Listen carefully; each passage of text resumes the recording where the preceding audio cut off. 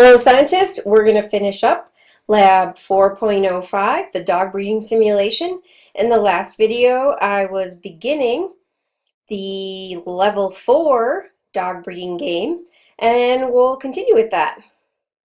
If you recall, in level 4 our goal puppy was brown and long fur.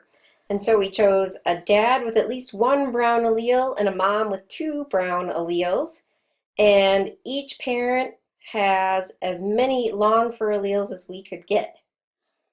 So because we have the difficulty of only a 50% chance of getting a brown dog and a 1/4 or 25% chance of getting a dog with two alleles for long fur and a phenotype of long, we have a 0.5 times 2.5 or a 1/8 chance, 12.5% chance of getting the puppy on any particular roll. So let's breed and try this out. Might take a couple tries here. Not quite. Okay, let's continue. And don't get frustrated if it doesn't work for you right away. Because remember, we only have a 12.5% chance. We could get it on one try.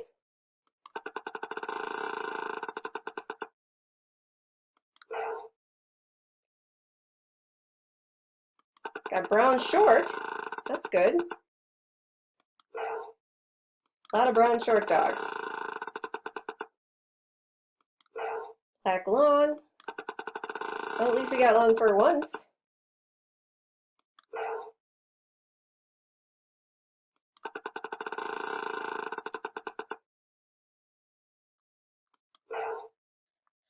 We could breed with a dog.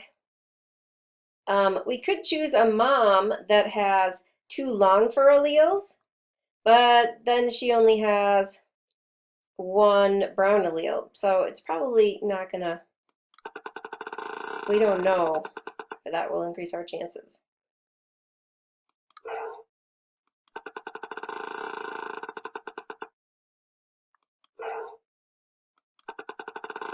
Oh, we're up to 9 tries already.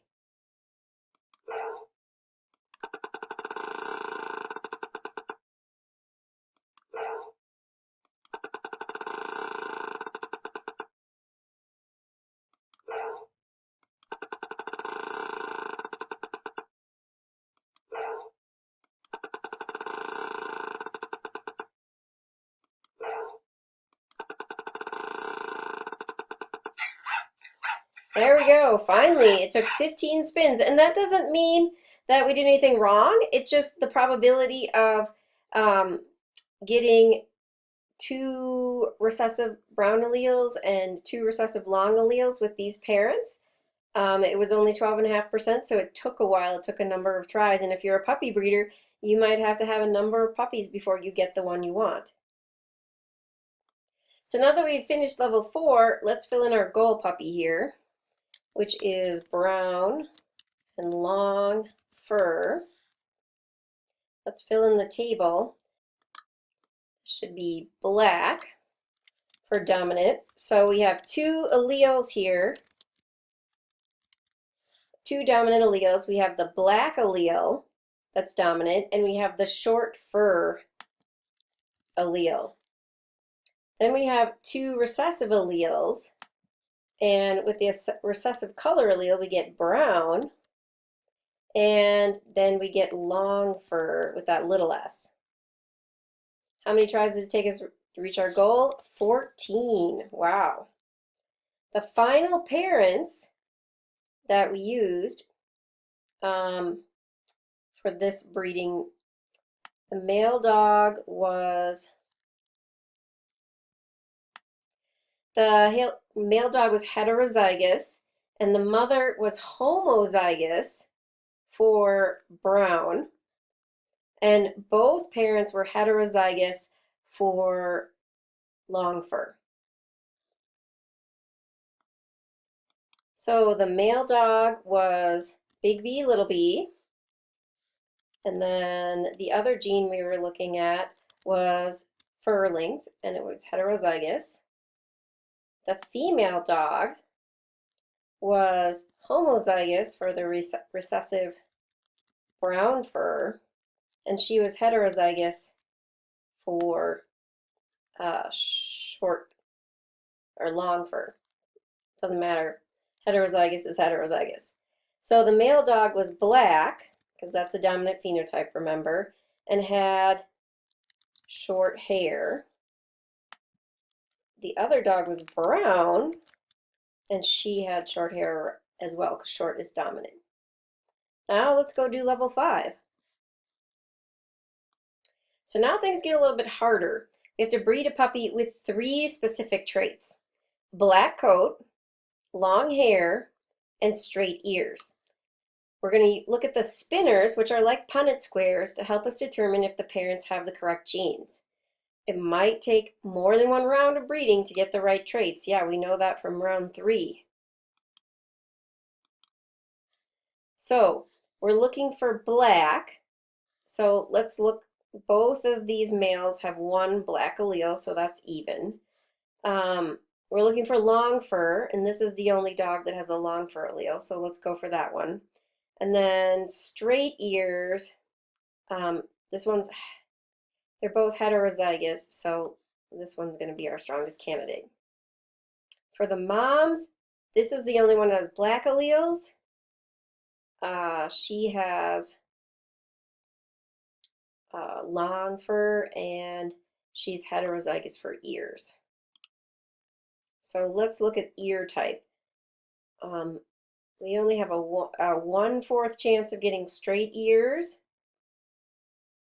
We only have a 50% chance of getting long ears, and we pretty much have a 100% chance of getting a black puppy. So that's okay. But basically our probability is going to be 0.5 times 0.25, and we're going to end up with 0.125 as our total probability.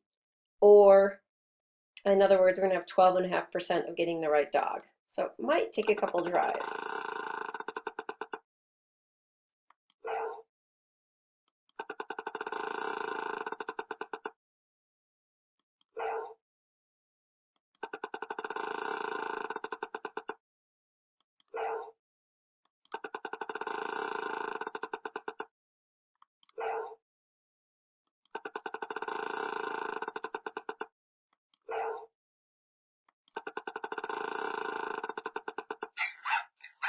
Wow, that only took 6 tries. Cool.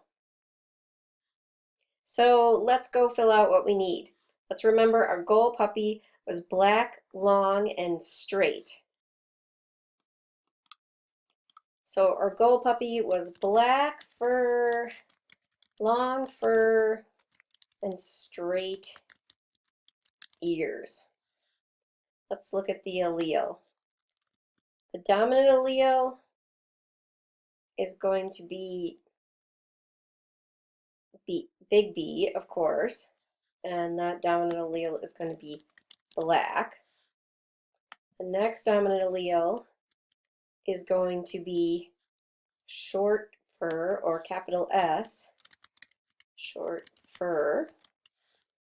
And then straight ears, there really isn't, let's just go E for ear. Well, let's call them pointy and floppy. We'll call it pointy ears, because we already used S for straight, or S for short fur. So recessive is going to be B. That's going to give us brown fur. Little s is going to give us long fur. And it's not really recessive, but we'll put it here anyways. Ears are codominant, so let's call it F for floppy. It only took 6 tries to reach our goal. Let's go look at the parents and remember what their traits were. So here I've added a screenshot of what the parents were. That might be a good way for you to kind of get the information over so you can put it in the table. So the male dog was big B, little b. For color. For fur length, it was big S, little s, or heterozygous. and it was pointy and floppy. So for the female dog, she was big B, two dominant alleles. She was little s, because she had long fur, and that's the recessive trait. And she was one pointy and one floppy allele.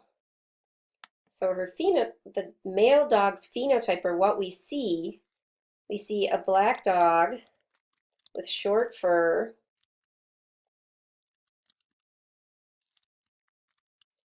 and medium ears. So that's a codominant trait. Ears are codominant or incomplete dominant since both traits aren't expressed. It's kind of an intermediate. Okay, the female has long hair, long fur. You notice it's a little bit more foofy looking than this guy. And she has medium ears, which is one pointy and one floppy allele. So now we're up to level 6. Let's go do level 6. So this might test our patience a little bit. We have to breed a puppy with 3 specific traits again. Brown coat, which is recessive, which might be a little bit more difficult. Long hair, that's recessive. And floppy ears, that takes a homozygous individual. So it might take a few rounds. So let's look at the two male dogs. We're looking for brown fur. They're both homozygous for brown fur. We're looking for long fur. Only one of them has an allele for long fur. And we're looking for floppy ears. This guy has floppy ears, so he seems like a good choice. How about the moms? Oh, problem here. Neither one has an allele for brown fur, so we're actually have to breed a puppy and use a puppy from this match to get brown fur. So let's go to the next couple traits. This one has long fur and floppy ears. It's got 2 alleles for long fur, but it doesn't have any alleles for floppy ears, so we have to go with this other dog.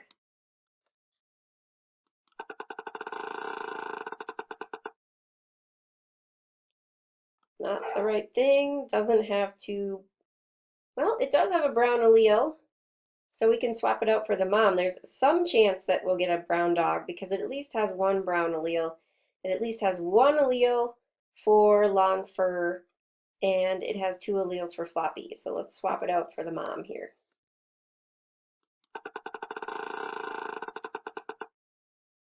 At least we got a brown dog this time. There was 0 chance of getting a brown dog last time.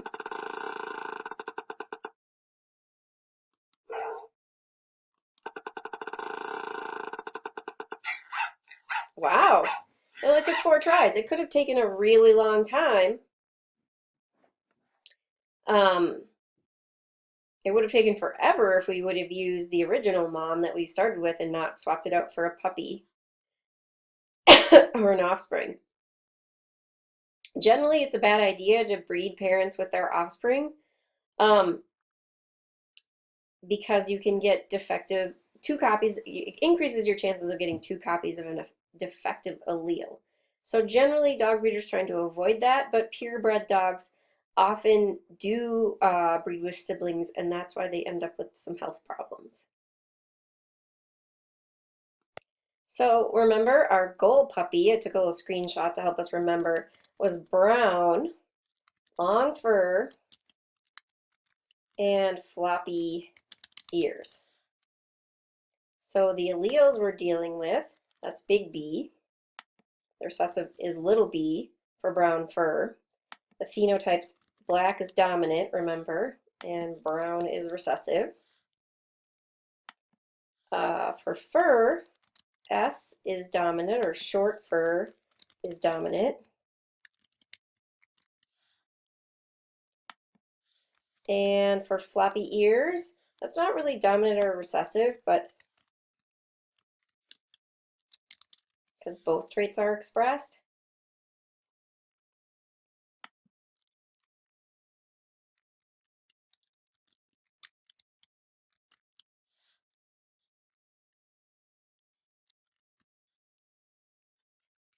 We'll say pointy is the other allele.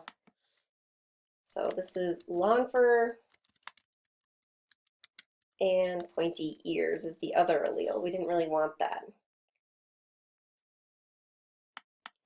Surprisingly, it only took 6 tries to get to our goal, and I took a screenshot of the parents here.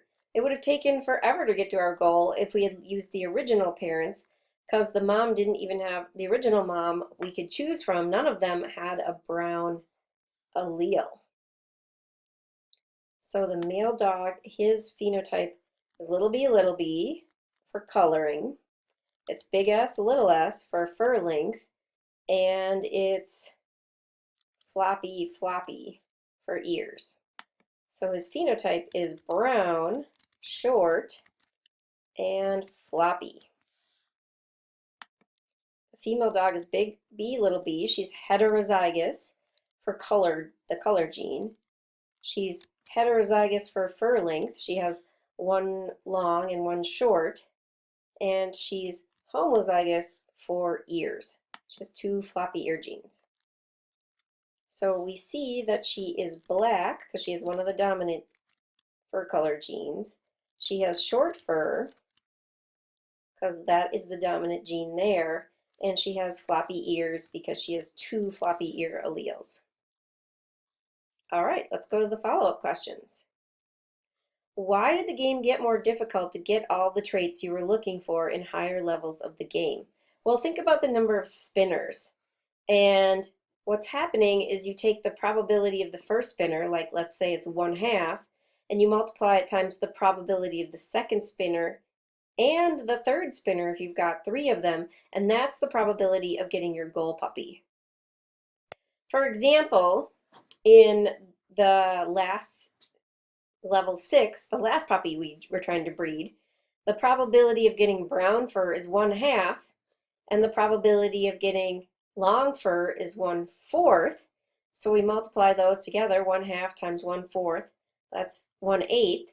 And now we need to multiply by the third spinner, but here our probability is 1 out of 1. We're always going to get floppy ears. So our total probability, 1/2 times 1/4 times 1, is 1 out of 8. But as you add more traits, your probability, because you're multiplying the probabilities, you're multiplying fractions, and when you multiply numbers smaller than 1, the numbers as you multiply them get smaller. So the probability gets smaller, you're going to get the goal puppy as you have more traits you're breeding for. So this is a matter of probability. Number 2, you are allowed to breed siblings together, or actually parents and children. Why is this not a good idea if you're a real life dog breeder? Well, closely related dogs are more likely to have the same defective genes, and so if you breed them, the puppies are more likely to inherit 2 copies of the same defective gene and have many of the health problems that purebred dogs have, because purebred dog breeders often are looking for particular traits in order to keep the breed pure, and they've inbred quite a bit, and some of those dogs, especially pugs, have some serious health problems. In trial 4, when you were breeding for long brown fur, what significantly increased your chances of getting a brown fur in the puppy? If you remember, in level 4, you had the opportunity to use a dog, female dog, that had 2 copies of the recessive allele. And so that's going to help your chances of getting a brown fur dog much more than choosing this dog that doesn't have any black fur, that doesn't have any brown fur alleles. Because if you bred, say, this dog and this dog, your chances of getting a phenotype of brown are absolutely 0. So you had to make a good choice here. I think you have enough information at this point, because in trial 5 there are 3 spinners in the middle, and we talked about probabilities, so you can probably even get the 2 extra credit points. Make sure you explain why. Don't just do the math. If you kept breeding just the two original parents in round 6, would you ever get a puppy with brown fur? Why or why not? Now let's just go look at level 6 and remind ourselves. In level 6, remember that our goal was brown fur, but neither of the moms have even one allele for brown fur. So we have zero chance of getting a brown fur puppy if we continue breeding with either of these moms. We have to breed and then choose one of the offspring to breed the male dog with in order to get some brown fur alleles into the mix and get brown fur, get any chance of brown fur here in this spinner. We'll show you. Choose these two parents, your phenotype is going to be black no matter what, because both mothers have two dominant phenotypes here. And with homozygous fathers for the recessive trait, you're going to get heterozygous for every single offspring, and so you're going to get a black puppy no matter what. So you had to swap out one of the original moms for an offspring in level 6 to get what you needed for a goal puppy. So for the writing wrap-up, please use all of these words in a paragraph and make sure that you're using it in a way that shows me you understand the definition. You can't just say, I learned about phenotype, genotype, and all the words. You have to show what you know. Please don't skip this. It's worth 8 points. Thank you so much. Good luck on the lab. Make sure you put it in the drop box.